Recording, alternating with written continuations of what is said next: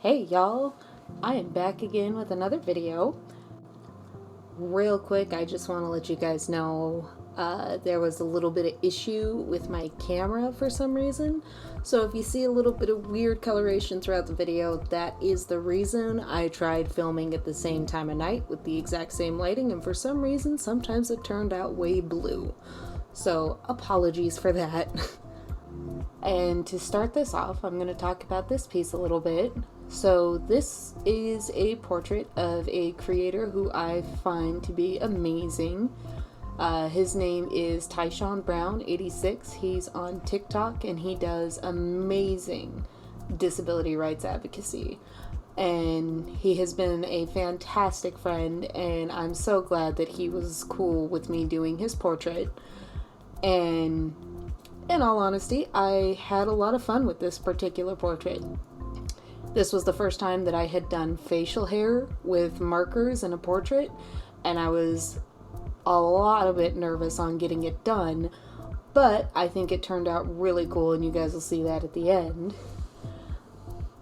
So what I want to talk about for this video is about portraiture and trying new things. And for me personally, I have been doing portraiture since I was in high school. I did my very first portrait, I think, when I was 15 or 16 years old. And it was the portrait of my sister. But the thing about portraiture, at least for then, was I always did it with either graphite or colored pencil.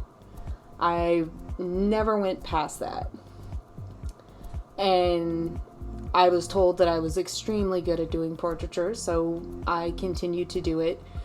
But again, I really didn't branch out very much from it.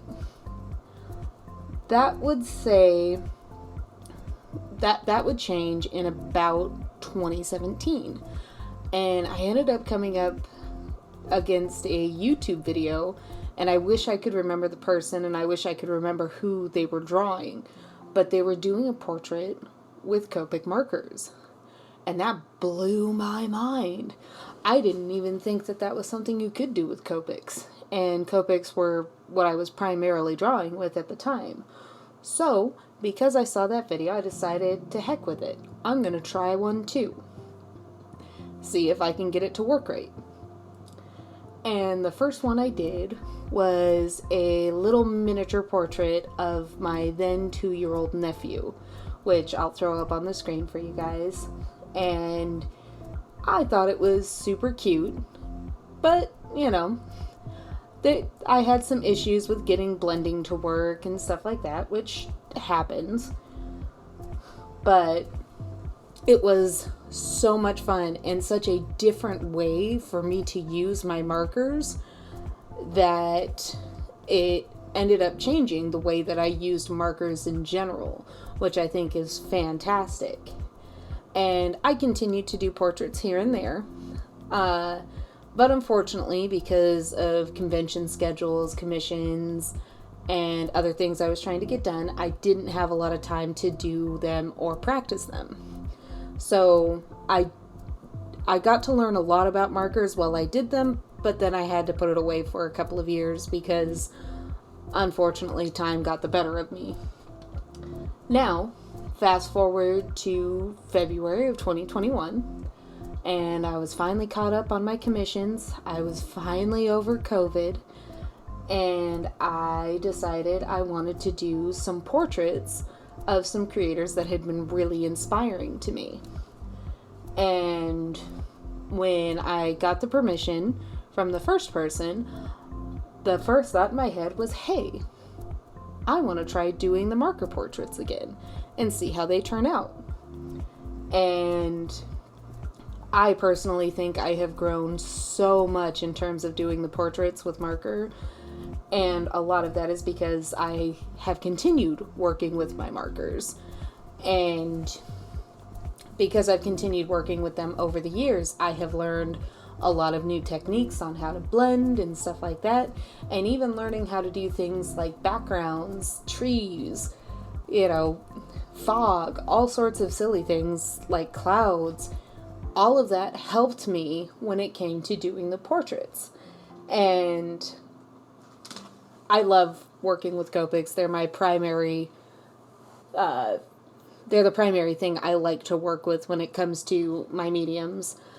And as I said, I think the portraits actually end up turning out really cool now, especially because I have a lot more control with the markers. Now, for me, part of our artistic journey as people and as artists is trying new things. And a lot of times, trying new things can be super scary and super freaky because, you don't know if it's going to work or not. Now, for me personally, I find some comfort in that because in trying something new, at least for me, if I mess it up, that's okay because I'm still learning because it's something brand new. Now, if I was trying something like, a new technique for coloring my regular styled pieces and I screwed it up, then I would probably be a lot more hesitant to continue trying new things there.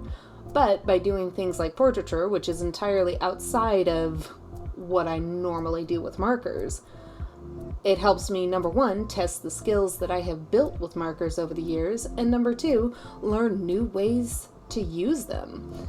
And for me, that's half the fun. And I think that's also where a lot of growth happens. At least for me, the times that I have grown the most as an artist have been when I try to do something entirely different with mediums I already know. And as I said, I think they're a lot of fun to do.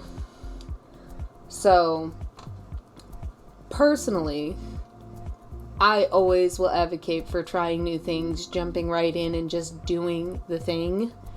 Because when you just jump in to do the thing, then you grow faster.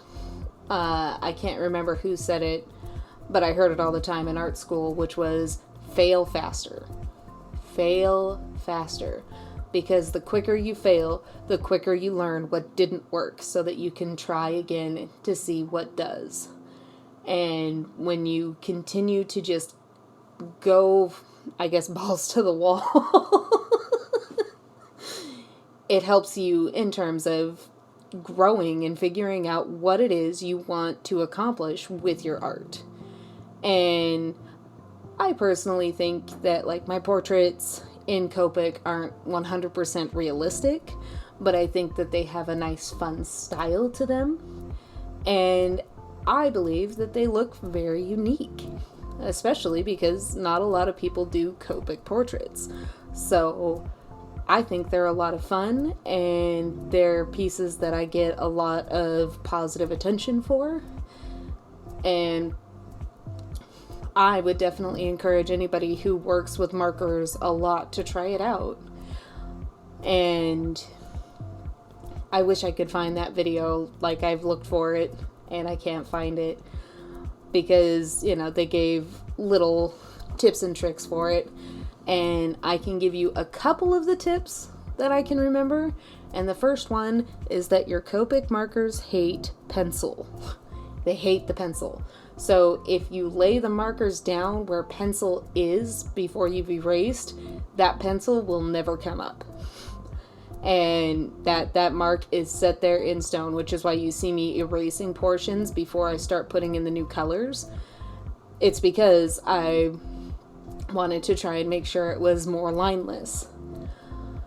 And my other big suggestion on these, if you're going to be working with the Copics in portraiture, work in sections.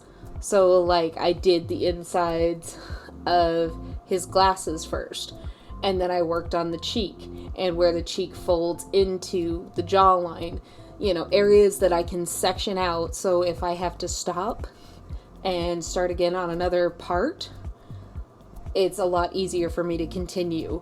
and not have it look weird, because I'm sure anybody who works with markers knows if you let it sit for a while and try to work over it, it gets really testy and you get some weird bleeds that just don't look right in the piece. So I work through everything in sections, especially when it comes to marker. Now, colored pencil, definitely different. Paint, obviously different. Depending on if you're doing oil paint or acrylics.